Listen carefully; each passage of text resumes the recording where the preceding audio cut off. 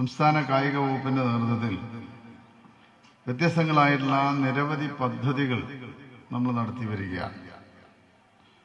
കായിക രംഗത്ത് വലിയൊരു മാറ്റത്തിന് തുടക്കം കുറിക്കാനുള്ള ധാരാളം പദ്ധതികൾ സംസ്ഥാനത്ത് നമ്മൾ ആരംഭിച്ചിട്ടുണ്ട്. വിവിധ വകുപ്പുകളുടെയും കായിക വകുപ്പിന്റെയും ഫണ്ട് ഉപയോഗിച്ച് ഏകദേശം 3400 കോടി രൂപയുടെ അടിസ്ഥാന വികസന പദ്ധതികൾ LDF സർക്കാർ അധികാരത്തിൽ വന്നതിന് ശേഷം ഈ 9 വർഷം കൊണ്ട് സംസ്ഥാനത്ത് നടപ്പിലാക്കി വരികയാണ്. അതിൽ 369 സ്റ്റേഡിയങ്ങളുടെ നിർമ്മാണം ഇപ്പോൾ കേരളത്തിൽ പൂർത്തീകരിച്ചു. അതോടൊപ്പം തന്നെ ഒരു ഗ്രാമപഞ്ചായത്തിൽ ഒരു കളിക്കളം എന്നുള്ള ഒരു പദ്ധതി നമ്മളിപ്പോൾ നല്ല രീതിയിൽ നടപ്പിലാക്കി വരികയാണ്. ഇതിന്റെ ഭാഗമായി സംസ്ഥാനത്തൊട്ടടക്കം 425 പഞ്ചായത്തുകളിൽ സ്വന്തമായി കളിക്കളമില്ല എന്നാണ് നമ്മൾ കണ്ടെത്തിയിട്ടുള്ളത്. അതിൽ 169 ഗ്രാമപഞ്ചായത്തുകൾക്ക് ഇപ്പോൾ പുതിയ കളിക്കളം നിർമ്മിക്കാൻ പണം നമ്മൾ അനുവദിച്ചിട്ടുണ്ട്. ഇന്ന് വയനാടിൽ ആ ഒരു പദ്ധതിയിൽപ്പെട്ട 2 കളിക്കളം ഇവിടെ നിർമ്മാണം ആരംഭിക്കുകയാണ്. അതോടൊപ്പം തന്നെ വയനാട് ജില്ലയിൽ നിരവധിയായ, കാരണം വയനാട് ജില്ലയുടെ ചരിത്രത്തിൽ തന്നെ ഇല്ലാത്ത വിധത്തിൽ കായിക മേഖലയിൽ വ്യത്യസ്തങ്ങളായിട്ടുള്ള പുതിയ അടിസ്ഥാന സൗകര്യ വികസനങ്ങൾ ആരംഭിക്കാനുള്ള നടപടിയിൽ അവസാന ഘട്ടത്തിലേക്ക് നമ്മൾ കഴിഞ്ഞു. ഇപ്പോൾ ഈ ഒരു ആർച്ചറി അക്കാദമി ഏകദേശം 5 കോടി രൂപയാണ് നമ്മൾ മാറ്റിവെച്ചിട്ടുള്ളത്. ഇത് വളരെ പെട്ടെന്ന് തന്നെ അതിന്റെ നിർമ്മാണം പൂർത്തിയാക്കാമെന്ന് ബഹുമാനപ്പെട്ട കോൺട്രാക്ടർ നമുക്ക് ഉറപ്പ് തന്നിട്ടുണ്ട്. അത് അക്കാദമിയുടെ പ്രവർത്തകരൊന്ന് ശ്രമിച്ചാൽ അദ്ദേഹം അത് വേഗത്തിൽ തന്നെ അതിന്റെ നിർമ്മാണം പൂർത്തിയാക്കാനുള്ള നടപടികളിലേക്ക് അവർ കടക്കും. LDF സർക്കാരിന്റെ കാലത്ത് ചരിത്രം എഴുതുകയാണ്. ഈ ഒരു മേഖലയിൽ വ്യത്യസ്തങ്ങളായുള്ള കായിക പദ്ധതികൾ അവതരിപ്പിച്ചുകൊണ്ട് അടിസ്ഥാന സൗകര്യ വികസനത്തിന്റെ കാര്യം ഞാൻ പറഞ്ഞു കഴിഞ്ഞു. കാതലായ മാറ്റം കായിക മേഖലയിൽ ഉണ്ടാക്കാൻ നിയമത്തിൽ നിരവധി മാറ്റങ്ങൾ ഇപ്പോൾ നമ്മൾ വരുത്തിയിട്ടുണ്ട്. പുതിയ തൊഴിലവസരങ്ങൾ കായിക മേഖലയിൽ ഉണ്ടാവണം എന്നുള്ള നിർബന്ധം ഈ ഗവൺമെന്റ് 926ഓളം പേർക്ക് ഇപ്പോൾ സംസ്ഥാന സർവീസിൽ ഏറ്റവും ഉയർന്ന നിലവാരം പുലർത്തിയിട്ടുള്ള ദേശീയ അന്തർദേശീയ കായിക മേഖലയിൽ പങ്കെടുത്ത് മെഡലുകൾ നേടിയിട്ടുള്ള കായിക താരങ്ങൾക്കാണ് ഈ 925 തൊഴിൽ നമ്മൾ സർക്കാർ സർവീസ്, വിദ്യാഭ്യാസ വകുപ്പ്, കായിക വകുപ്പ് തുടങ്ങിയ എല്ലാ വകുപ്പുകളിലും, പോലീസിൽ എല്ലാത്തിലും നമ്മൾ നൽകിയിട്ടുണ്ട്. അത് കേന്ദ്ര സർക്കാരിന്റെ റിക്രൂട്ട്മെന്റിന്റെ പരിധിയിൽപ്പെടാത്തതാണ്. നമ്മൾ കേരളത്തിൽ മാത്രം നൽകുന്നതാണ്. ഇപ്പോൾ 1000ഓളം പുതിയ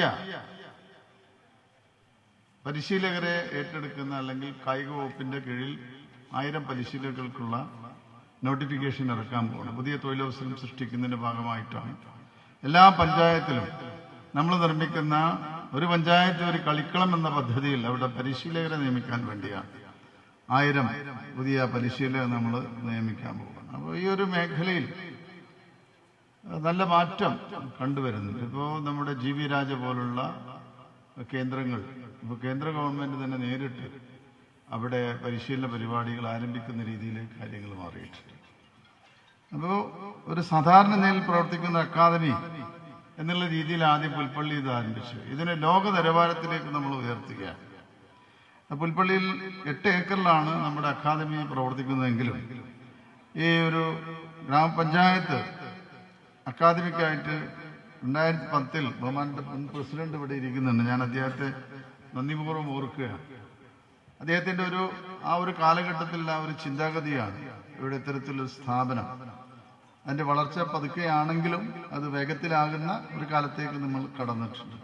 അപ്പൊ അതിന് അദ്ദേഹത്തിന്റെ ഒരു കാലത്തുള്ള ആ ഒരു വിഷൻ വളരെ വലുതാണ്. അത് ഞാൻ ഓർക്കുകയാണ്. ഇവിടെ ഇപ്പൊ നമ്മള് ഇവിടെ പെൺകുട്ടികൾക്കുള്ള ഹോസ്റ്റലും മെസ്സും ഒക്കെ തന്നെ ഇപ്പൊ പ്രവർത്തിക്കുന്നുണ്ട്. കിഴക്കും തെക്കുമുള്ള 2 ഹോസ്റ്റൽ കെട്ടിടങ്ങൾ ആണ് നിലവിലുള്ളത്. ഇപ്പൊ പുതിയ ഒരു സംവിധാനത്തിലേക്ക് ഇനിയും മാറേണ്ടതുണ്ട്. അതിൽ നിലവിലുള്ള അമ്പയത്ത് അക്കാദമി 26 കുട്ടികൾ 2 പരിശീലകർ, അതൊന്ന് വർദ്ധിപ്പിക്കാനുള്ള നടപടികൾ നമ്മൾ എടുത്തു വരികയാണ്. ഇപ്പൊ ഖേലോ ഇന്ത്യ കേന്ദ്രമായി ഇപ്പോൾ നമ്മുടെ ഈ അക്കാദമി തിരഞ്ഞെടുത്ത കാര്യം നമുക്ക് തന്നെ അറിയാം. അപ്പോൾ നമ്മൾ ഈ സാധ്യതകൾ നല്ല രീതിയിൽ തന്നെ ഉയർത്തുകയാണ്. ഇപ്പോൾ 2 പ്രധാനപ്പെട്ട മത്സരങ്ങൾ ഇന്ത്യയിൽ വരാൻ പോവുകയാണ്. അതൊന്ന് കോമൺവെൽത്ത് ഗെയിം 2030-ലും 2036 ഒളിമ്പിക്സ് മത്സരവും ഇന്ത്യയിലാണ് വരുന്നത്. ഏറെക്കുറെ അതിന്റെ തീരുമാനമായിട്ടുണ്ട്. അപ്പൊ അതുകൊണ്ട് തന്നെ ആ 2 മത്സരങ്ങളിലേക്കുള്ള തയ്യാറെടുപ്പ് നടത്തേണ്ട കാലഘട്ടമാണ്. അതുകൊണ്ട് തന്നെയാണ് ഇപ്പോൾ ഈ അക്കാദമിയുടെ കാര്യത്തിൽ നമ്മൾ കൂടുതൽ ശ്രദ്ധ പതിപ്പിക്കാൻ തീരുമാനിച്ചത്. അപ്പൊ ഈ ഒരു വയനാടിന്റെ സാധ്യത ഏറ്റവും നല്ല രീതിയിൽ ഉപയോഗപ്പെടുത്തുക എന്നുള്ളതാണ്. അതാണ് ഈ പുതിയ പദ്ധതിയുടെ ഏറ്റവും പ്രധാനപ്പെട്ട കാര്യം. അതിൽ ഈ ഒരു അക്കാദമിയുടെ ഭൂമി വേണ്ട രീതിയിൽ നമുക്ക് ക്രമീകരിക്കേണ്ടതുണ്ട്. അപ്പൊ അതിനെല്ലാം തന്നെ നമുക്ക് ഈ പണം ഉപയോഗിക്കാം. ഇതിൽ കേരള സ്പോർട്സ് ഫൗണ്ടേഷൻ അതിൻ്റെ ഒരു മാസ്റ്റർ പ്ലാൻ തയ്യാറാക്കിയിട്ടുണ്ട്. അപ്പൊ അത് പ്രകാരമാണ് ഇവിടെ നിർമ്മാണ പ്രവർത്തനങ്ങൾ നടക്കുക. ഇപ്പൊ ഈ പദ്ധതിക്ക് കേന്ദ്ര ഗവൺമെന്റ് പദ്ധതിയുടെ അംഗീകാരം കൂടി നമുക്ക് 2 മാസത്തിനുള്ളിൽ ലഭ്യമാകുമെന്നാണ് ഇപ്പോൾ അറിയിച്ചിട്ടുള്ളത്. അതുകൂടി വരുമ്പോൾ ഇനിയും നമുക്ക് കൂടുതൽ 60% പണം കേന്ദ്ര ഗവൺമെന്റും 40% നമ്മളും ചേർത്തുകൊണ്ട് പുതിയൊരു പദ്ധതിക്കാണ് നമ്മളിപ്പോൾ അവിടെ അപേക്ഷിച്ചിട്ടുള്ളത്.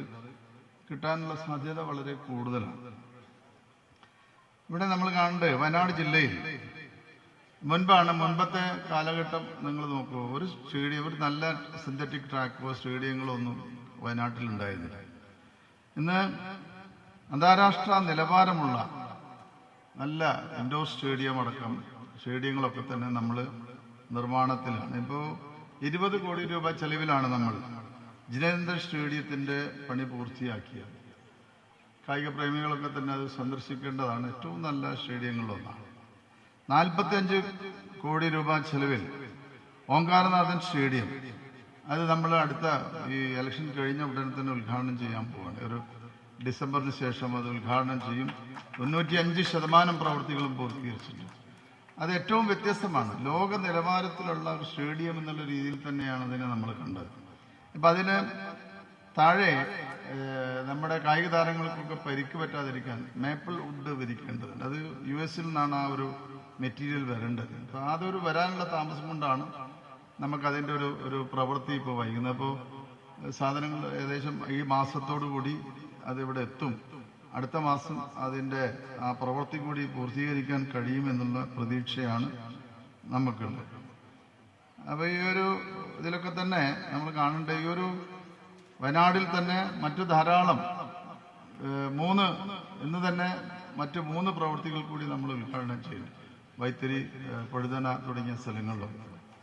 അപ്പോൾ കായിക മേഖലയിൽ പുതിയ അടിസ്ഥാന സൗകര്യങ്ങൾ ഒരുക്കുന്നതോടൊപ്പം തന്നെ കായിക നിലവാരം ഉയർത്താനുള്ള പദ്ധതിയിൽ കൂടി നമ്മൾ ഒരുക്കുകയാണ്. ഇപ്പോൾ നിങ്ങൾക്കറിയാം, ഇടക്കാലത്ത് വളരെ പിന്നോട്ട് പോയ കേരളം ഇപ്പോൾ നല്ല പുതിയ കുറേ താരങ്ങളെ നമുക്ക് വാർത്തെടുക്കാൻ കഴിഞ്ഞു.